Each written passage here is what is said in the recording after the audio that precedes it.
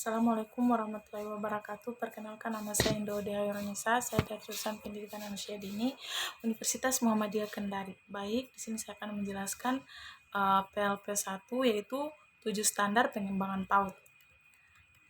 Di sini saya mengambil latar belakang yaitu standar. Standar adalah ketentuan atau karakteristik teknis tentang suatu kegiatan atau hasil kegiatan yang dijadikan sebagai acuan baku. Kamus Besar Bahasa Indonesia atau KBBI mendefinisikan standar sebagai ukuran tertentu yang dijadikan sebagai patokan sesuatu yang dianggap tetap nilainya sehingga dapat dijadikan sebagai ukuran nilai. Harga. Dalam konteks pendidikan, standar definisikan sebagai kriteria minimal tentang sistem pendidikan. Peraturan Pemerintah Nomor 19/2005 tentang Standar Nasional Pendidikan atau SNP sebagaimana telah diubah melalui PP Nomor 32/2013 menegaskan bahwa Standar Nasional Pendidikan adalah kriteria minimal tentang sistem pendidikan di seluruh wilayah hukum negara Kesatuan Republik Indonesia.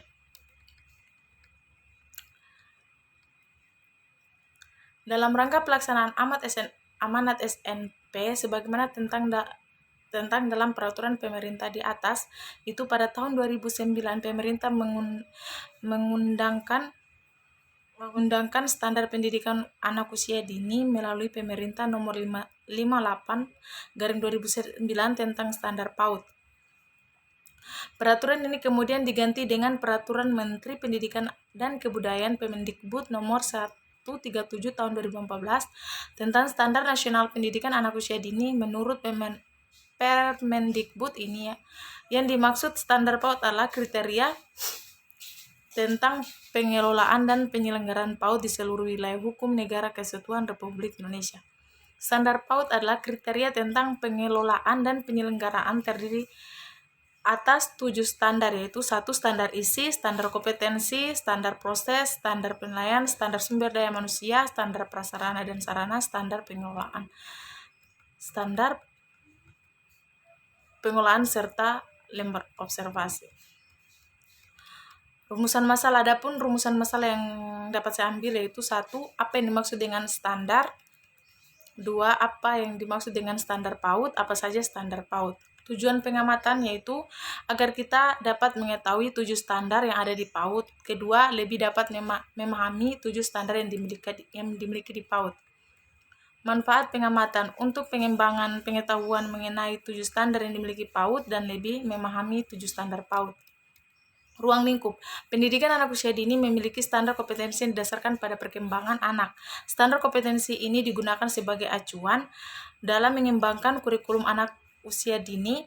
Standar kompetensi anak usia dini terdiri atas pengembangan aspek-aspek sebagai berikut: 1. Moral, 2. Nilai agama, 3. Emosi, sosial emosional dan kemandirian, 4. Bahasa, 5. Kognitif, 6. Fisik motorik.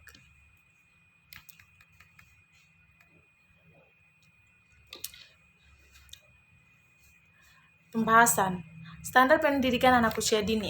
Standar adalah ketentuan atau karakteristik teknik tentang suatu kegiatan atau hasil kegiatan yang dijadikan sebagai acuan baku. Kamus Besar Bahasa Indonesia KBBI mendefinisikan standar sebagai ukuran tertentu yang dijadikan sebagai patokan sesuatu yang dianggap tetap nilainya sehingga dapat dijadikan sebagai ukuran nilai harga. Dalam konteks pendidikan, standar didefinisikan sebagai kriteria minimal tentang sistem pendidikan. Peraturan Pemerintah Nomor 19/2005 tentang Standar Nasional Pendidikan SNP. Menurut Peraturan Pemerintah Permendikbud dan Kebudayaan Permendikbud, yang dimaksud standar PAUD adalah kriteria tentang pengelolaan dan penyelenggaraan PAUD di seluruh wilayah hukum negara Kesatuan Republik Indonesia. Standar PAUD terdiri atas 7, yaitu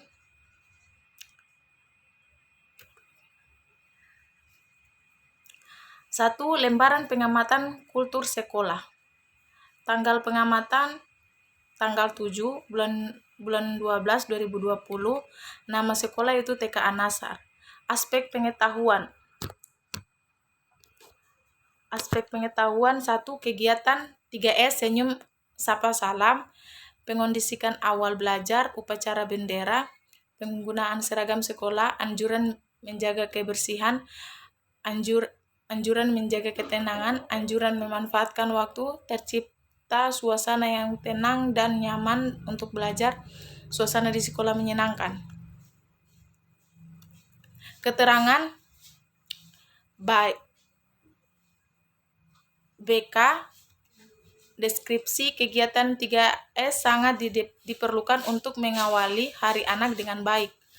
Pengondisian awal belajar BK, pengondisian awal belajar di TK An-Nassar sangat baik karena sebelum belajar anak disuruh untuk mencuci tangan terlebih dahulu untuk dan membaca doa sebelum belajar. Ketiga, upacara bendera. Tidak, karena upacara bendera pada TK An-Nassar sedang tidak dilaksanakan karena sedang pandemi COVID-19. Penggunaan seragam sekolah BK, penggunaan seragam sekolah masih sangat disiplin sesuai dengan hari yang sudah ditentukan. Anjuran menjaga kebersihan BK, anak dianjurkan membuang sampah pada tempatnya. Terus anjuran menjaga ketenangan BK, anak selalu dianjurkan untuk tidak ribut dalam proses pembelajaran. Anjuran memanfaatkan waktu, anak selalu dianjurkan untuk ke sekolah dengan tepat waktu agar tidak terlambat. Terciptanya suasana tenang dan nyaman untuk belajar. Terciptanya suasana yang tenang dan nyaman untuk belajar karena adanya kerja sama antara siswa dan guru. Suasana di sekolah menyenangkan karena anak diajak belajar sambil bermain. Kedua, lembaran pengamatan struktur organisasi dan tata kerja atau SOTK. Struktur organisasi dan tata kerja. 1. Ada bagan struktur organisasi BK. Keterangan di dalam ruang tersedia bagian struktur organisasi. 2. Ada deskripsi tugas untuk masing-masing komponen organisasi.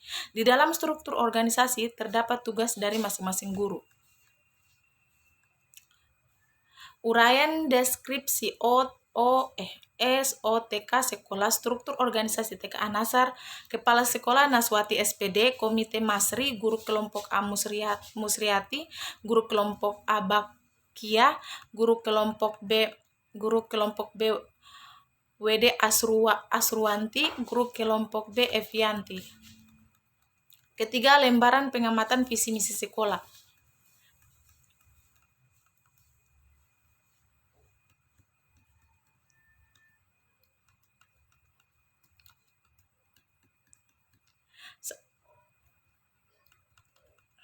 Visi dan misi sekolah. 1. Ada visi dan misi sekolah. Visi dan misi sekolah ada yang terdapat di depan kelas. 2. Ada pemaparan visi dan misi sekolah di beberapa tempat. Visi dan misi sekolah ada banyak pemaparannya hanya di satu tempat, yaitu di luar ruangan. Uraian deskripsi visi dan misi sekolah. Visi mewujudkan TK An-Nassar, TK yang unggul dan terdepan dalam penyelenggaraan pendidikan anak usia dini. Misinya, 1. Mengembangkan suasana pembelajaran dan menyenangkan. 2. Menumbuhkan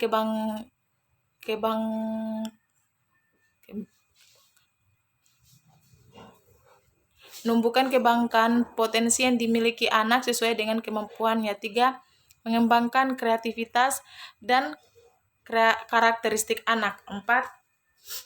Mengembangkan lingkungan belajar yang nyaman dan asri. 4. Lembaran pengamatan kurikuler dan ekstrakurikuler. Kegiatan kurikuler dan ekstrakurikuler. 1. Ada kegiatan kurikuler dan ekstrakurikuler. Keterangan BK, keterlaksanaan BK, keterangan kegiatan kurikuler dan ekstrakurikuler dilaksanakan di TK An-Nassar. 2. Ada jadwal pelaksanaan kurikuler dan ekstrakurikuler. Keterangan KR, jadwal pelaksanaannya itu setiap pagi hari Sabtu. 3. Ada pembinaan kurikuler dan ekstrakurikuler. Keterlaksanaan untuk BK, masing-masing guru baik itu kelompok A dan B menjadi pembina. 5. Setiap siswa wajib mengikuti kurikuler dan ekstrakurikuler. keterlaksanaan yaitu KR, kegiatan kurikuler dan ekstrakurikuler wajib namun hanya sebagian siswa yang mau ikut bermain. Kegiatan kurikuler dan ekstrakurikuler di TK Anasar dilakukan setiap hari Sabtu pagi yang masing-masing kelompok dibina oleh guru yang telah ditentukan. Kegiatan itu juga wajib dilakukan oleh siswa namun hanya sebagian siswa yang mengikutinya. B. Standar pengembangan PAUD, standar isi. Standar isi adalah kriteria tentang lingkup materi komponen menuju tingkat pencapaian pengembangan yang sesuai dengan tingkat usia anak dini. Dalam penelitian saya di TK Anasar, dalam pelaksanaan kurikulum di TK Anasar secara umum, kurikulum sekolah disusun dan dikembangkan oleh sekolah berdasarkan petunjuk dan acuan Badan Standar Nasional Pendidikan (BSNP). Dalam standar isi PAUD, materi pada lingkungan fisik motorik mencakup 3 aspek yaitu motorik kasar, motorik halus, serta kesehatan dan perilaku keselamatan.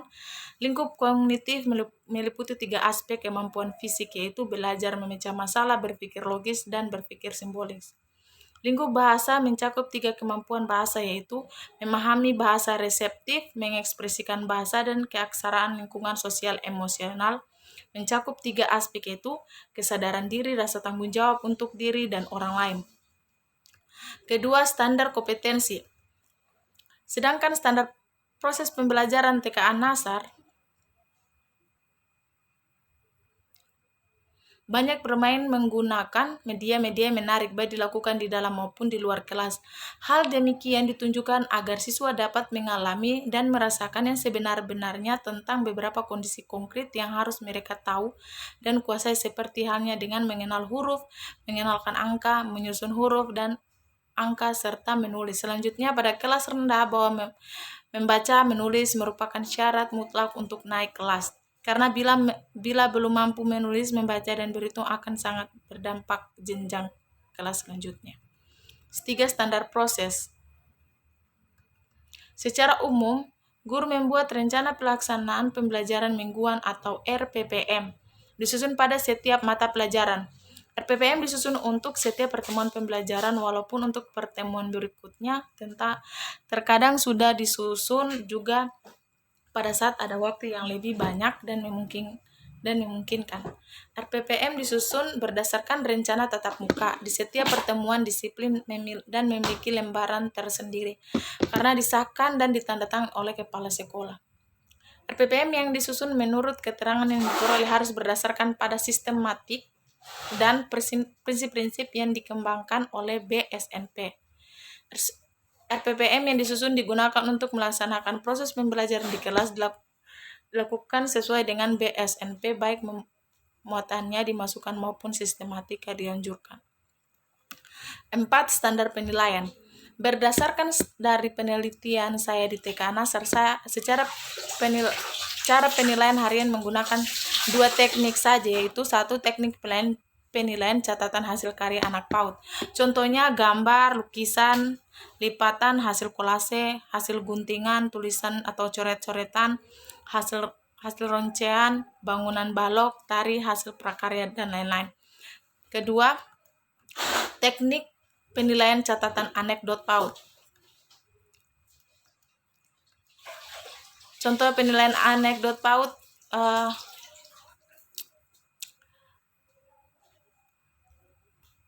yaitu seperti tema tanaman, kegiatan terbiasa mengucapkan rasa syukur terhadap ciptaan Tuhan, nama anak Jannah, keterangan MB. Standar sumber daya manusia. Dari penelitian saya di TK Anasar, guru yang mengajar di TK Anasar sudah memiliki kualifikasi akademik minimum sesuai dengan Undang-Undang Guru dan Dosen, yakni secara umum sudah memiliki kualifikasi pendidikan sarjana S1. Karena itu, guru secara umum sudah berpendidikan S1, sehingga dalam penerapan kompetensi pedagogiknya sesuai dengan prinsip-prinsip pembelajaran. Demikian juga dan kompetensi kepribadian dan profesionalnya. Jabatan kepala sekolah yang diemban oleh kepala sekolah TK Anasar berstatus sebagai guru, memiliki sertifikat pendidikan dan memiliki SK sebagai kepala sekolah secara jelas dan sah. Sebagai tenaga pendidikan yang telah menerima sertifikat pendidikan profesional tentu sudah memiliki kualifikasi pendidikan minimum S1. 6. Standar sarana dan prasarana program. Berkenaan dengan lahan, TK An-Nashar sudah memiliki lahan yang menampung jumlah siswa baik saat baris berbaris dan bermain. Artinya sekolah memiliki lahan yang memenuhi ketentuan luas minimal sesuai dengan rasio jumlah siswa. Keadaan di sekitar sekolah berdasarkan hasil observasi penelitian tidak terdapat adanya gejala pencemaran yang berbahaya. Artinya lahan sekolah berada di lokasi terhindar dari gangguan pencemaran air, pencemaran udara, pencemaran tanah, dan kebisingan. Dan yang paling penting dari TK An-Nashar yaitu yang menjadi objek penelitian ini menunjukkan adanya upaya kerindangan seperti banyak tanaman hijau, pagar, dan pohon pelindung yang sudah besar. Fasilitas dalam pengelolaan proses pembelajaran yang dimiliki oleh TK An-Nashar memiliki fasilitas penunjang pembelajaran yaitu yang memadai seperti media, prosotan, ayunan, bola basket, dan lain-lain. 7. Standar pengelolaan. Berdasarkan penelitian standar pengelolaan di TK An-Nashar yaitu 1. Visi misi dan tujuan, 2. Program kerja tahunan, 3. Penghargaan yang pernah diterima atau sertifikat, plakat, media, piala, foto, dan penerimaan penghargaan. 3. Legalitas pendirian izin operasional. Kesimpulan dari penelitian ini saya itu standar pendidikan sangat berperan penting agar para siswa dapat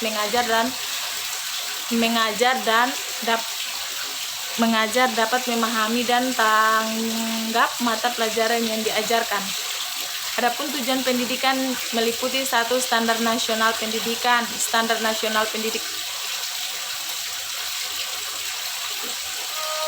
Jadi dengan adanya standar-standar pendidikan ini, para siswa akan mendapatkan fasilitas-fasilitas pendidikan untuk menambahkan pengetahuan para siswa dan dapat bersaing dengan siswa lain untuk meraih prestasi dari tingkat provinsi, nasional maupun internasional. Baik, itu saja yang bisa saya jelaskan. Selebihnya mohon maaf kalau ada kata yang salah dalam pengucapan. Saya akhiri dengan Assalamualaikum warahmatullahi wabarakatuh.